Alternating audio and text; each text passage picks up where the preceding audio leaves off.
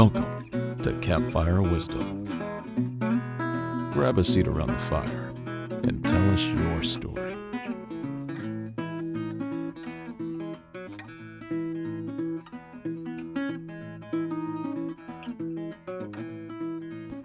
Hello everybody, welcome back to Campfire Wisdom. This week I have a special treat for you. I had a chance to sit down with my friend Nick Gagnon. He is the host of a new podcast called Adult Onset Hunting. And I'm sure you can figure out what that means, but in short, if you're interested in hunting, you need to be listening to this podcast. Sit back, relax, and enjoy our conversation on traditions and trophies. I think we're live. Yeah, cool. Awesome. That's fantastic. We may or may not be inside the Bass Pro Shop in Rancho, Cucamonga. It's actually kind of fun because it makes you feel a little bit like incognito, kind of like you're doing something. We're trying to soak up the energy of this place, right? Yeah, we have lab wires running up the inside of our shirt, coming out the top of our collar, which if anybody saw, they'd be dubious for sure, but I think we're slick enough. Yeah, I think we're slick enough. Yeah. But I'll set the stage. We're sitting under a bunch of mounts next to a massive fireplace inside of the Bass Pro Shop, allegedly. Allegedly. Greg, we just got my first gun. Yeah, man. How do you feel? I feel good. It was a lot more nerve-wracking than I thought it was going to be. Mm-hmm. I just thought it would be this fun experience buying a gun, just excited. But I felt extremely, how do I put this? I felt extremely responsible for my intentions. Okay. So in buying the gun, I was thinking, is this the right caliber? Is this the right tool for what I want to accomplish? Because there are lives at stake. You know, Yep. The lives of these animals are at stake, and I just want to make sure that I'm doing the right thing. So I felt more serious than I thought I would be. Okay. So it was kind of like the enormous responsibility of everything weighed down on you Yeah. a little bit. Okay. Yeah, it did. Okay. What do you think? So you ended up going with the 308, right? Yeah. So I got the Okay. Browning 308. Okay. And what made you pick that one? I feel like it was just a good, solid brown wood. You know, what do you call it? Wood. It's probably maple. Like it's just like a wood stock. Yeah, you know, yeah, it's a yeah. simple wood stock with like a little bit of gripping, engraving. It was simple. It was clean. It was a 308, which I wanted. I think the 30-06 has a little bit too much kick, and the 270 might not do the job on something like a wild pig. So the 308 was perfect, and then we were obviously eyeing the what do they call it? The medallion. The medallion series. Yeah, and that was it was called the white gold medallion from Browning. Man, it was Yep. pretty. So it had like silver engraving on top, and it was probably what, $400, $500 more. $500 more. Yep. So I was trying to be economical, but also practical. That I know I made you laugh. Like the thought of ruining such a pretty gun while hiking through brush, Yes. just it killed me. My Yeah. OCD was dying inside. So I went with the simple Browning 308. My first gun purchase ever in my life. Which is crazy. Well, and I think it's funny because I handed it back to you, and you're holding it like it's a museum piece. So I think that was probably a good indication. Like, okay, you don't want it to be something that you're going to worry about fucking up.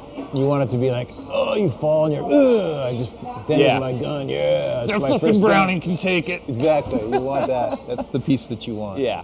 So that's how I felt. But it was extremely, it was an eye-opening experience because I don't know, I never thought I'd be a gun owner. There were some older people hoarding this nice huge couch area directly in front of the fireplace in this Bass Pro Shop that we may or may not be in. And we were eyeing their spot, hoping they'd leave. They left, so we now have their cush spot. And now things can get even more real. Yeah, absolutely. And now there's a couch blocking us, so nobody will even know that we're podcasting. No one can even see these mics now. So yes, the first gun purchase has happened. Maybe one of the first steps of hunting, right? Actually, it's funny because this is the first gun you've ever purchased. Ever in my life. In your entire owned. life, yeah. Yeah, I mean, That's cool. my grandfather would have given me some, had he thought I would do anything with them. But this is it. And I actually hit up my grandfather and asked him if he had any of his guns. That was my first stop to try to get a gun because I would love a family piece. But he sold all his, so that wasn't going to happen. So here I came to Bass Pro Shop with you, a knowledgeable gun person, because you're a gun owner, right? I am, absolutely, yeah. It's funny, I was hearkening back to when I bought my first, like my dad got me a rifle when I was a kid, but that doesn't really count. So the first gun that I actually bought, it was like, this tells you what Arizona is like. So it was a handgun. So I actually called a dealer, and he was a dude who literally had like running an office out of a storage room. And I was like, yeah, I want this HK. He's like, all right, come down, pay for it. Went through this catalog, picked it out, paid for it. He got it a week later. I went back to the garage and walked away with it. That's so sketchy. He was a licensed gun dealer, but isn't that crazy? Yeah. It's just how things change. It's insane. Jeez. Yeah. And here we are today. Now I pay for my gun. I am going through the... You should tell them the whole process. Actually. Yeah, so the process was I came down actually 2 weeks ago. Last week. 1 week ago. Was it last week? It was last week. Oh, yeah. geez, I've been to Bass Pro Shop twice in 2 weeks. Fancy that. May or may not have been. Well, you were there. Yeah, That was confirmed. I was definitely confirmed. I may or may not be there now. So we came down last weekend. I picked out my gun. We looked around for probably a good hour. They're very helpful here, and I got to hold them because I feel like buying a gun online is a lot like buying shoes online. I will not buy shoes online. Okay. I can't. You want that fit? I want to fit them. I want to feel them, and I don't want to have to go through the process of sending them back if they don't fit. Yep. And a gun is like that for me. I need to hold it, feel it, look at it. I need to have all the senses going when I decide what gun I want. So I found the gun I wanted, the Browning 308. I stuck with that. I paid for it last weekend, but it had to come from Vegas because they didn't have it in stock. So I got a call this week on about Wednesday. They said, your gun has arrived. So today is Saturday. I drove back down to Bass Pro Shop and signed the waivers. I'm in the process of going through the background check. So if I pass the background check, knock on wood, I mean I should, unless there's something I don't know about out there, then in 11 days, I will get my gun, come back in and pick it up. In 11, it's usually 10 days, but Bass Pro Shop does 11. That's what he said. So that was the process of me getting my gun. Yeah, and that's definitely a process. I mean, I think it's reasonable. It's a reasonable process. Yeah. Yeah. Yeah. I am completely happy with that. It feels hard to get a gun in California, and I appreciate that. Amen. I am okay with that. Amen. I would even be fine with going through more to ensure that other less responsible people may be deterred. But this is the process now. This is what I'm going through now. I got a gun, ready to go. Yeah, I guess it's about like now. Obviously, this is the first step. You have your tool of the trade, so to speak, and you actually, you got a backpack now. Yeah, So I bought a backpack today. You have today. the means to carry this tool of the trade. The backpack, I know there's aggressive ones you can get. All right, I could go out and get the super duper max backpack 12,000 for $600, but I don't know enough. All I needed out of a backpack was for it to be camouflage for no other reason than I think that's cool, and I needed it to have a gun sling and a bow sling for eventually when I'm bowed up. But I needed it to have a gun sling, and it had that. It was about $89, which I feel like is the maybe middle to lower end of these backpacks and their prices. So I kind of just went with that. I just pulled the trigger. What is it, a redhead? Redhead. So it's just a redhead backpack that will carry, it has a sling on the side so my rifle can stand up as I walk and hike into places to get animals. Amen. Yeah. So what about, obviously you had some nervousness about, feeling the burden of getting a gun, but that one that just felt right in your hands, like what would you say that made you say like, okay, this is it. This is the good feel. This is the good price. This is the good choice. The price didn't matter. I mean, I was thinking, okay, if I spend $1,500 on a gun, then that leaves less money for other things. Mm-hmm. But if I spend $500 on a gun, I could get a bunch more stuff. But obviously, if I spend $500 on a gun, I might not have it. So it was good having you and my brother here last week when I picked it out, because you guys were talking about legacy piece, wanting to buy a gun that you can pass down. So I wanted to purchase a gun that was good enough so that someday my kids can use it. I like that. And you were a big proponent in that conversation, because I was asking you about the $500 gun, because I was like, I could get a gun, a bow, and a hunt for the price of the Medallion Series Browning, and you were smiling. You're like, don't ask me, because I want to hand this gun down to my offspring, and that was important. So I think you found that middle ground. Yeah, You know what I found the middle ground, Yeah. and then I crept a little higher into Exactly. the higher middle ground to ensure that I was getting a great gun, but not spending $1,500. My gun ended up being $1,000 with the scope. Yep. So it was an $800 gun, $200 scope, which is a low-end scope, but I got a good set package. Yeah, and the absolutely. guy at Bass Pro, who was helping us out, his name was Chris. He was like, man, if you're just starting out, you're doing great. Yeah. So I felt really good about what I left with. Absolutely. And I don't think, you went up with that Leopold scope, and dude, that's a $200 scope. That's a fucking awesome scope. Yeah. Yeah? That's Yeah, gonna do yeah. the So job, thank you for definitely. calling out the brand, because I would have forgot what it was. Yeah. But there were some other like fucking $3,000 scopes. That's insane, I know. It's like, does Crazy. it have X-ray vision? Can I see exactly where the animal's heart is with that thing? You know what's funny? I was Unreal. watching online. They actually have there's night vision stuff. Like they're introducing a lot of that kind of stuff where you can for your night hunting. Isn't that crazy? Oh Think God, about being out there at night hunting. that's so aggressive. I was going to ask you about. Look, we're sitting, or we may or may not be sitting in the lobby of Bass Pro Shops, but looking at this wall of trophies. I definitely like the idea of getting into hunting and doing it, but I'm curious where you stand on trophies. Like, I'm not sure. Like, look at this wall here. It reminds me of Ace Ventura. Yeah, explain what the wall looks like. Okay, so I'm looking at there are three deer heads right above the fireplace. Above them by about like 4 feet is a head of a bison. On each side, there's half a dozen other heads of deer, elk, and don't get me wrong, it's beautifully arranged. Like, it's fantastic. This is definitely a trophy room. And I guess I would say, like, I'm not sure I would display my stuff. I feel like I would want the experience to be something I talk about as opposed to display. And I don't know, maybe that's just the way I am, but I don't know. What do you think? With trophies, like, I'm not opposed to it at all, because I feel like it's celebrating the animal and also celebrating the experience I had. Okay. So for the animal to live on some way, even in this physical, boastful way, feels nice. Okay. So it's funny because you're talking about it from a different perspective, more about the intention. Whereas someone might say, look what I killed. The other person say, look what I was blessed to have gotten. Or look what I was able to harvest. Look what my skills got.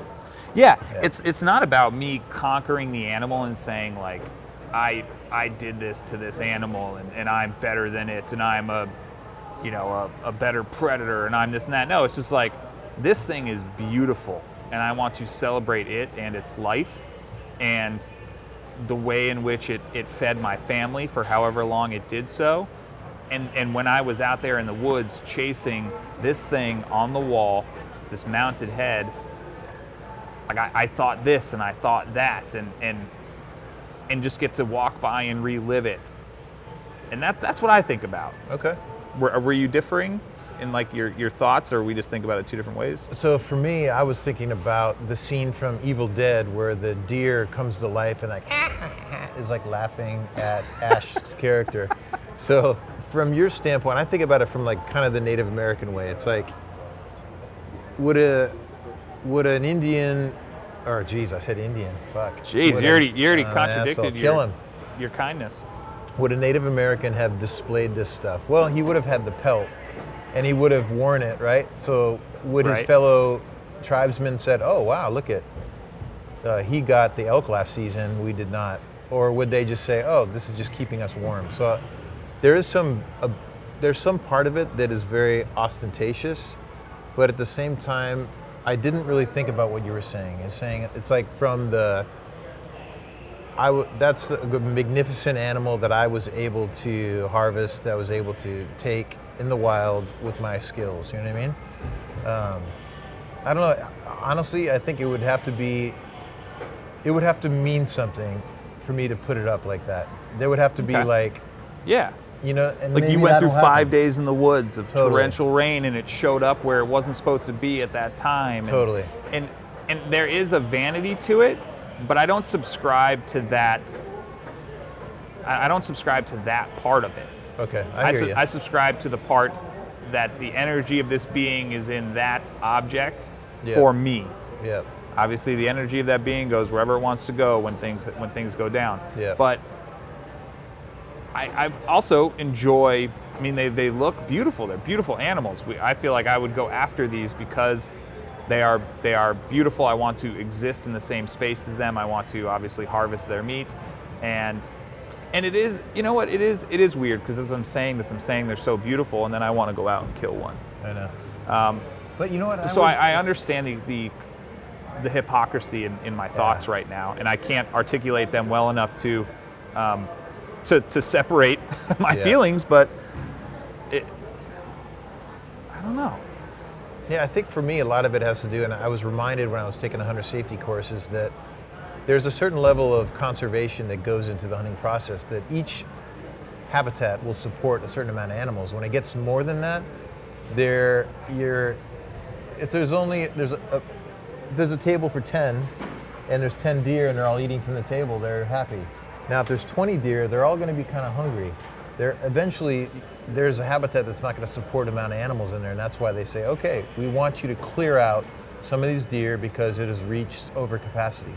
So there is some responsibility in there that, hey, I may be saving this animal from starvation, I may be saving it from, I'm helping the rest of the herd to have a quality life, you know what I mean? So there's that side of it. They could become diseased, you know? Diseased, just threatened, just stressed, famished. all that kind of stuff. But at the same time, there is that responsibility of like, okay, if I'm going to do this, you got to have a clean kill, make sure it's not suffering, and be responsible about it. You know what I mean?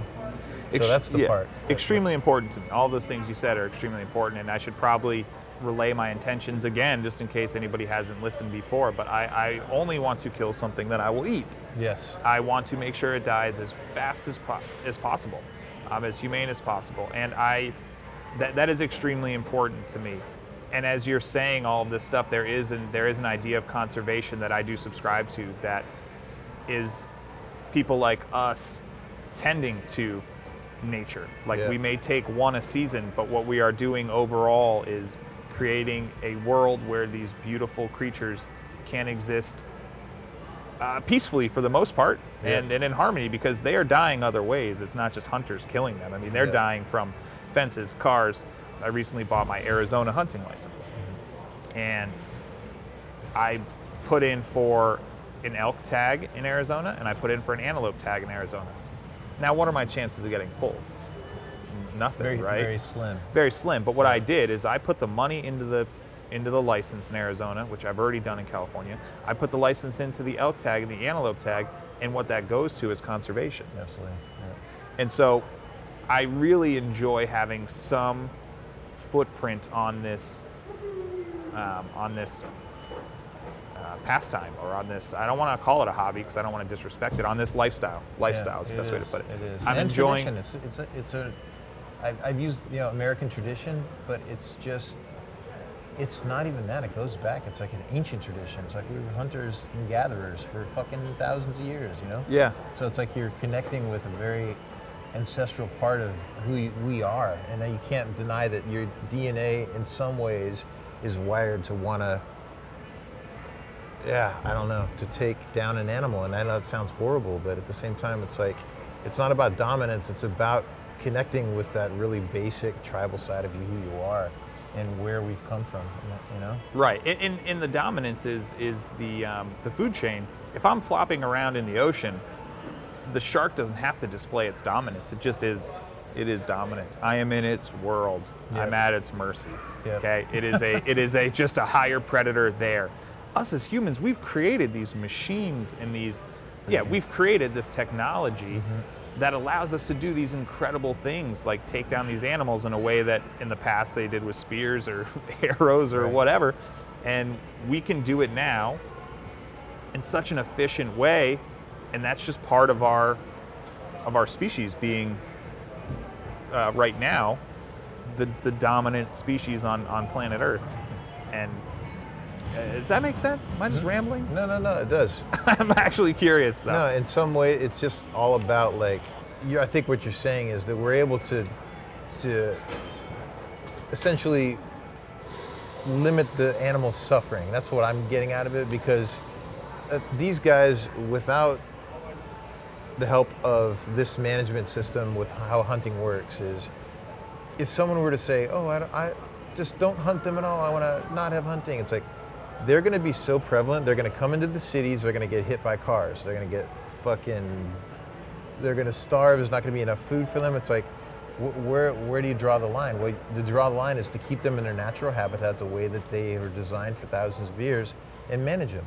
And managing them, yes, does involve harvesting excess animals. And that's ultimately, you're limiting their suffering, because with our technology, like you're saying, you're able to take them out efficiently, with less pain, less suffering, and at the same time provide something for your family in the form of meat, you in the form of giving back to the fish and game, where that money goes back into the circle to help maintain these resources for everybody, so that your kids and the next kids down the line can enjoy the same tradition, you know?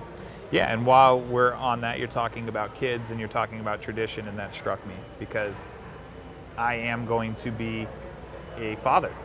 And the last time me and you did a podcast together on my fishing podcast, we were talking about how we were both trying to get our significant others pregnant. And True. And I'm going to be a father, and with that, I feel a responsibility to create traditions and to create ways of life that I want to pass down. And I need to start that now. This way of life was not passed down to me from my father, and that's, you know, he didn't do anything wrong by not passing this lifestyle down, but I am now the creator of this for my family. And so it feels very special to me. It feels like I'm creating something lasting, and I'm creating something that my son, I'm going to be a father. We know it's a boy. I'm going to have a son. And my wife's already talking about, like, you guys are just going to go hunting and leave me alone. I need a girl, you know? That's what my wife's saying. And there is something to that, so. Yeah, Geese is like, you cannot take our kids hunting. She doesn't like the idea of me killing an animal at all. Zero. So we have this negotiation. I was like, hey, that's fine. I was like, at some point, he or she is probably going to want to go with Dad. They're probably going to say, no, I want to go. And you're going to have to fight that. It's not just going to be me. Or, yeah, I don't know. I think she's naive in thinking that I'm going to be dragging my kid to go. I think kid's going to want to spend time with Dad. And if it's going to be hunting, that's going to be it, you know? That's another good point. I will not make my kids hunt. Right. I will not make any of them do anything.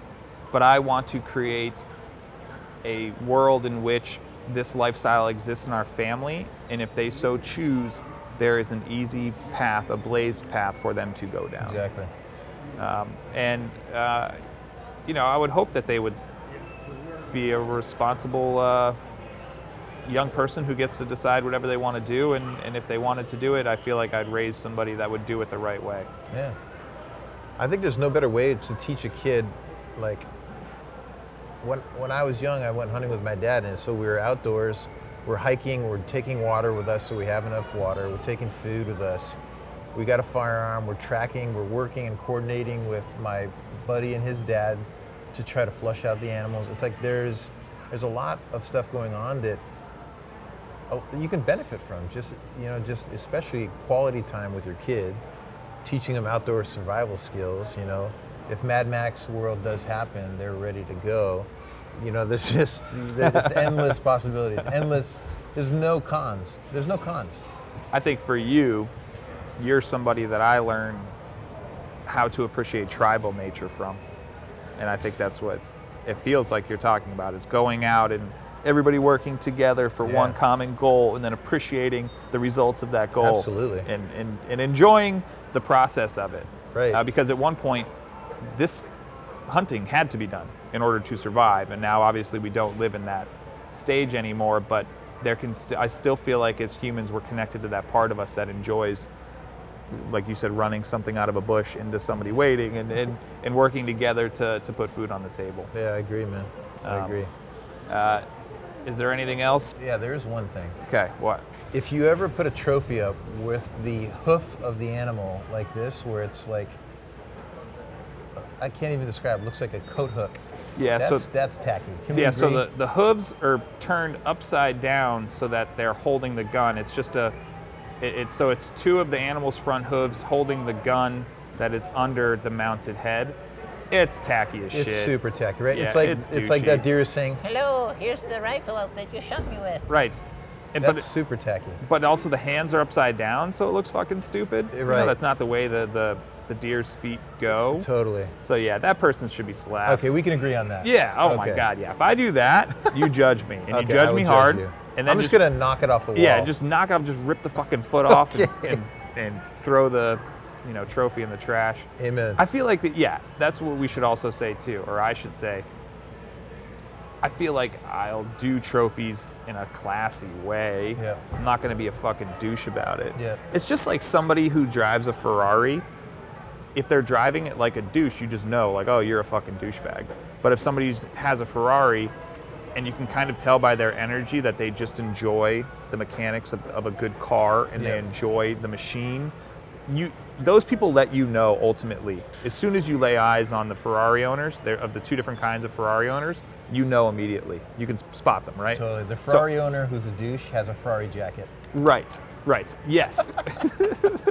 So I feel like the trophies is the same way. I feel like I can walk into someone's house, see their trophy, know if they're being classy or know if they're being a douche. Yep. I want to trend on the classy side. Why is it that a fish doesn't conjure up the same emotion? Like, I could throw a fish on every wall in my house and I'd be fine with it. I wouldn't really think twice about it. Yeah, well, why do pescatarians totally eat fish and justify their diet? Right? That's true. So it's the same thing. It's just fish don't. They're not cute and cuddly. Yeah, they're not mammals. So I think one thing, I think you you're know, right. I think that there's something to that. You're looking at this trophy's hands upside down holding the gun, and I think it's douchey, but it's also douchey because we're just like, that doesn't feel right. Right, That's something's exactly. legs. That's something's hands, and you're like using them to hold the gun like you're a fucking tool. Yeah. But with the fish, it's like, okay, it's beautiful. Yeah, right. Got it pulled is. from under the water. We're different than it. We're so different. Like we don't share a space with the fish. We share a space with these walking That's legends. a really good distinction. We are not as connected to the fish as we are to the deer. Yeah. That's very true. And I just thought of that. I don't know. It was a great fucking question. Awesome, actually. Yeah. You hit it on the head. We share much more in common here with this animal in this world than we do that animal in that world. Yeah. Again, Yeah. we're staring at. We may or may not We be. may or may not be staring at the lodge in Bass Pro Shop where there's 1, 2, 3, 4, 5, 6, 7, 8, 9, 10, 11, 12, 13 mounted heads with antlers staring at us, one of them being a massive bison. And they're all mounted in a little different ways. There's some antlers by themselves, and then there's some fish to the right. So we're taking this all in front of a big, massive fireplace, which I feel like is a good omen to the host of Campfire Wisdom. Amen. You know, we're tied. We're tied to Mr. Greg Stutzy by way of fireplace, but Yeah, so is there do you have a timeline by when you're going to have something no, booked, I'm or- trying to talk with outfitters, but outfitters are a lot like personal trainers. They're not good at emailing, I feel like. Yeah, it's funny. There's a lot of barriers to entry, so I feel like you have to be a committed individual to get into this. So You do. I'm excited to share that journey with you. Yeah, thanks. I'm glad to have you, man. This was a good little cast. Yeah. You want to do it? Breaking the Outro, you law, good? breaking the law. Breaking the law. We did it. I got Yeah. my gun. I'm now the 10-day wait starts. 11-day wait for Bass Pro Shop rules. So we'll get it, and yeah, I'll upload you on the the next progression, the next step. Oh, it's only,